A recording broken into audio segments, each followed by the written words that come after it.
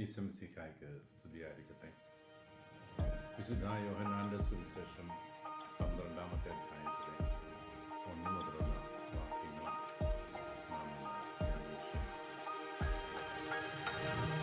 ഇന്നലെ ലാസറിന്റെ ഭവനത്തിലെത്തിയ ഈശോ ലാസറിനെ ഉയർപ്പിച്ച സംഭവം നമ്മൾ ധ്യാനിച്ചു. ഈശോയുടെ ആത്മസുഹൃത്തുക്കളിൽ ഒരുവനായിരുന്നു ലാസർ. അതുകൊണ്ട് തന്നെ ഇടയ്ക്ക് ബഥാനിയ കൂടി കടന്നു പോകുന്നതൊക്കെ ലാസറിന്റെ ഭവനത്തിൽ അവൻ്റെ കുടുംബത്തിൽ ചെന്ന് ഒരു നേരം ഭക്ഷണം കഴിക്കുക ഒക്കെ ഈശോയുടെ വലിയ സന്തോഷങ്ങളിൽ ഒന്നായിരുന്നു. ലാസറിന്റെ സഹോദരിമാരായ മർത്തോയും മറിയവും ലാസറിനെ പോലെ തന്നെ ഈശോയ്ക്ക് ഏറെ വേണ്ടപ്പെട്ടവരാണ്. അതുകൊണ്ട് തന്നെ ഈ സഹോദരിമാരെ ഈശോയ്ക്ക് വേണ്ടിയിട്ട് രുചികരമായ വിരുന്നൊരുക്കി ഇടയ്ക്കിടയ്ക്ക് അവിടുത്തെ ക്ഷണിക്കും. അങ്ങനെ ഒരു യാത്രാ മധ്യത്തിൽ ലാസറിന്റെ ഭവനത്തിൽ ഈശോ എത്തും. മർത്ത തിരക്ക് പിടിച്ച് പലവിധ കാര്യങ്ങളിൽ വ്യാപൃതയായി ഈശോയെ ശുശ്രൂഷിക്കുന്നതിന്റെ കൃത്യമായിട്ട്. ഈ സമയത്ത് മറിയം അവളുടെ കയ്യിൽ സൂക്ഷിച്ചിരുന്ന വിലയേറിയ ഒരു സുഗന്ധതൈലം അവൻ്റെ പാദത്തിൽ നിർത്തി അവളുടെ മുടിയിഴകൾ കൊണ്ട് അവർ തുറച്ച് അവൻ്റെ കാലിൽ ചേർത്ത് വെച്ചു. കണ്ണീരുകൊണ്ട് അവൻ്റെ കാലുകളോട് വലിയ പാപത്തിൽപ്പെട്ട ഒരു വ്യക്തിയുടെ മാനസാന്തരത്തിൻ്റെ കഥയാണ് അറിയാൻ നമ്മുടെ മുമ്പിൽ. സമാന്തര സുവിശേഷങ്ങളിൽ ഈ സംഭവം വിവരിക്കുമ്പോൾ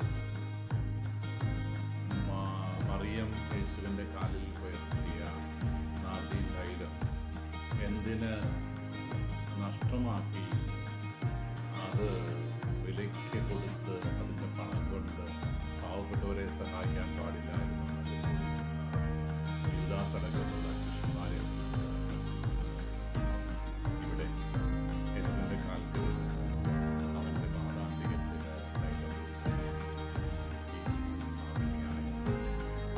ജീവിതത്തിൻ്റെ തിന്മയുടെ വഴിയിൽ വിട്ട് യേശുവിനെ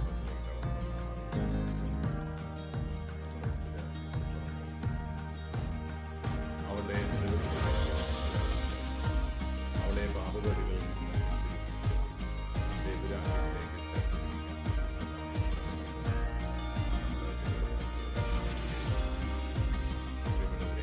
ജീവിതത്തിൻ്റെ കടന്നുപോയ വഴികളിൽ നമ്മൾ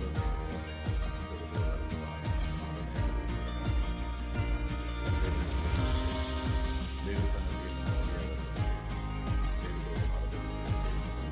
ദൈവത്തെ തള്ളി പറഞ്ഞു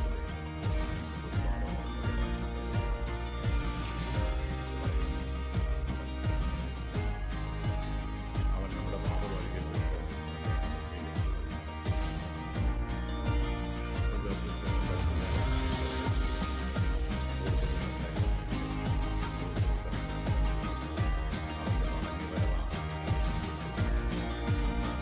ഇവിടെ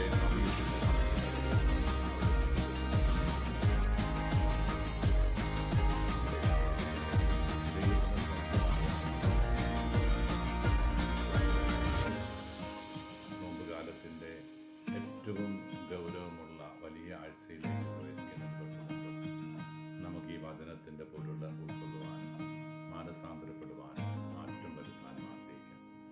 ജീവിതത്തെ ദൈവോന്മുഖമായിട്ട് നയിച്ചുകൊണ്ട് ദൈവത്തിൻ്റെ പാതയിലൂടെ മുന്നോട്ടുന്നതിൽ സന്തോഷിക്കുവാൻ നമുക്ക് ആഗ്രഹിക്കാം. എല്ലാവരെയും അനുഗ്രഹിക്കട്ടെ.